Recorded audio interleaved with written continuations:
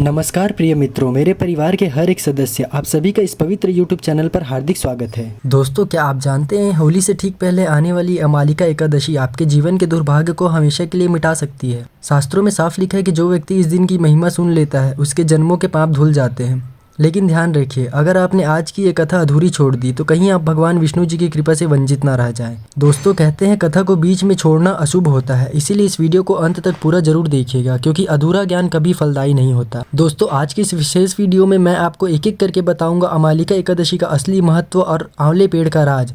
27 फरवरी 2026 का शुभ मुहूर्त, किस समय पूजा करनी है और कब व्रत खोलना है, व्रत विधि और सावधानियाँ, वो गलती जो आपको भूलकर भी नहीं करनी है, पौराणिक व्रत की कथा जिसे सुनने मात्र से ही भगवान विष्णु साक्षात प्रसन्न हो जाते हैं, और अंत में दोस्तों हम बात करेंगे कुछ ऐसे चमत्कारी उपाय की जो आपके बंद किस्मत के ताले खोल देंगे। दोस्तों, आगे बढ़ने से पहले मैं आपको बताना चाहता हूँ कि विष्णु पुराण में कहा गया है कि जो लोग सिर्फ इस दिन की कथा भी सच्चे मन से सुन लेते हैं उन्हें भी पूरे व्रत का फल मिलता है। तो चलिए बिना देर किए शुरू करते हैं आज के इस पवित्र सफर को। मित्रों, कमेंट में ओम नमो भगवते वासुदेवाय जरूर लिखिए। दोस्तों, आइए अब जानते हैं आमलकी एकादशी के महत्व के बारे में। तो दोस्तों, आमलकी यानी कि आंवला हिंदू धर्म में बहुत ही पवित्र पेड़ माना जाता है, क्योंकि कहा जाता है पुराणों के अनुसार जब भगवान विष्णु ने सृष्टि की रचना के लिए ब्रह्मा जी को उत्पन्न किया तब उनकी आंखों से खुशी के आंसू गिरे और उन्हीं आंसुओं से आंवले के पेड़ प्रकट हुआ। इसीलिए इस दिन आंवले के वृक्ष की पूजा का विधान है। माना जाता है कि इस पेड़ के हर हिस्से में देवताओं का वास होता है। दोस्तों, आपको बता दूं कि जो व्यक्ति इस दिन व्रत रखता है उसे 1000 गौदान के बराबर का पुण्य मिलता है। दोस्तों, आइए अब जानते हैं आमलकी एकादशी 2026 की तिथि और शुभ मुहूर्त। पंचांग के अनुसार एकादशी तिथि आरंभ 27 फरवरी को रात 12:33 से होगा और यह तिथि उसी दिन रात 10:32 तक रहेगी। ऐसे में साल 2026 में आमलकी एकादशी का व्रत 27 फरवरी शुक्रवार को रखा जाएगा। साथ ही इस दिन आंवले के पेड़ की पूजा के लिए शुभ समय सुबह 6:48 से 11:08 तक का रहेगा। दोस्तों, आइए जानते हैं आमलकी एकादशी 2026 का शुभ योग। तो आपको बता दूं कि इस वर्ष आमलकी एकादशी के अवसर पर कई शुभ योगों के संयोग बन रहे हैं, जिससे इस दिन का महत्व और भी बढ़ गया है। पहला जो योग बन रहा है दोस्तों वो है सर्वार्थ सिद्धि योग, रवि योग, आयुष्मान योग और सौभाग्य योग जैसे मंगलकारी योग इस एकादशी को अत्यंत फलदायी बना रहे हैं। धार्मिक मान्यताओं के अनुसार इन शुभ योगों में किया गया पूजा पाठ, व्रत और दान कई गुना अधिक पुण्य फल प्रदान करता है। इसीलिए यह दिन आध्यात्मिक साधन के लिए विशेष माना गया है। अब बात करते हैं आमलकी एकादशी व्रत के पारण का समय। आमलकी एकादशी व्रत का पारण अगले दिन 28 फरवरी को सुबह 6:47 से 9:06 के बीच किया जाएगा। अब बात करते हैं आमलकी एकादशी की पूजा विधि की। आमलकी एकादशी के दिन सुबह ब्रह्म मुहूर्त में उठकर स्नान करें और स्वच्छ वस्त्र धारण करें। इसके बाद भगवान विष्णु जी की पूजा का संकल्प लें और पूजा स्थल पर दीपक जलाएं और भगवान को धूप, फूल, फल एवं तुलसी अर्पित करें। इस दौरान ओम नमो भगवते वासुदेवाय मंत्र का श्रद्धापूर्वक जाप करें। इस दिन आंवले के वृक्ष की पूजा विशेष फलदायी मानी जाती है। आंवले के पेड़ पर जल अर्पित करें और उसके नीचे दीपक जलाएं।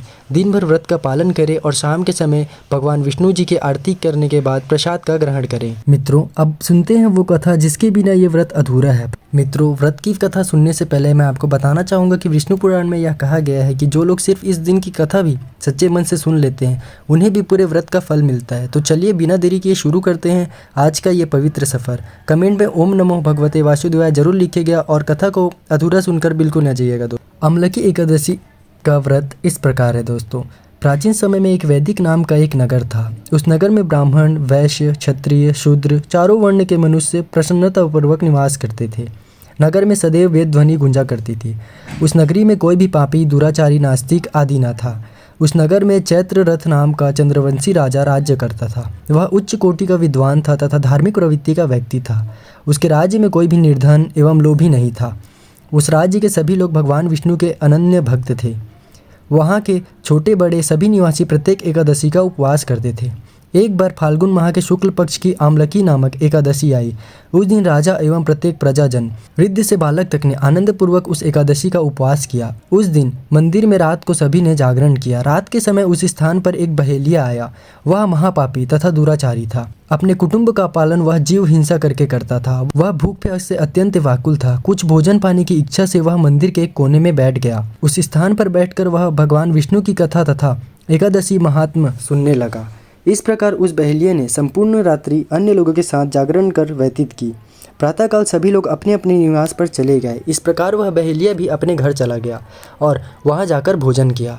कुछ समय व्यतीत होने के पश्चात उस बहेलिये की मृत्यु हो गई।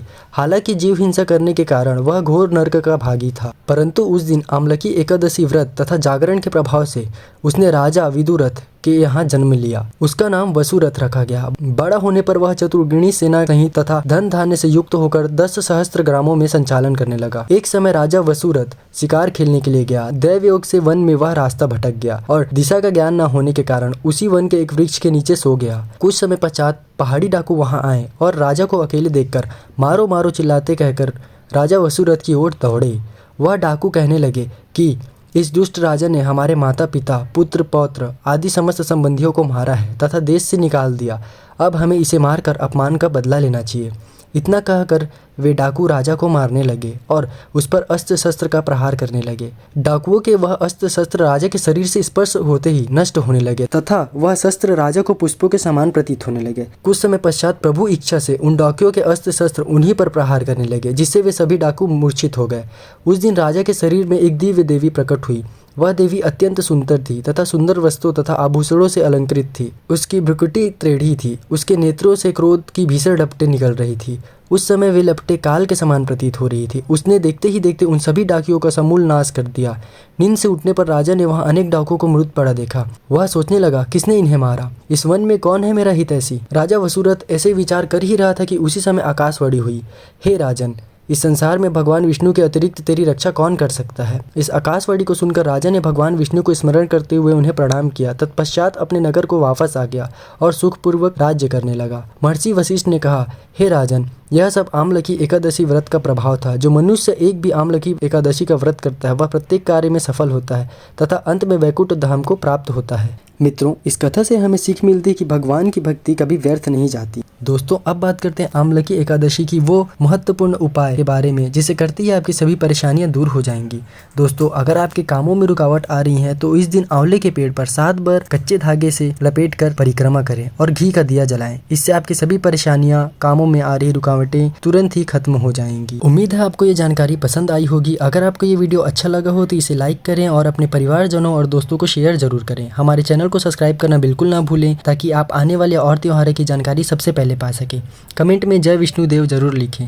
मिलते हैं अगले वीडियो में, तब तक के लिए धन्यवाद। अपना ध्यान रखें।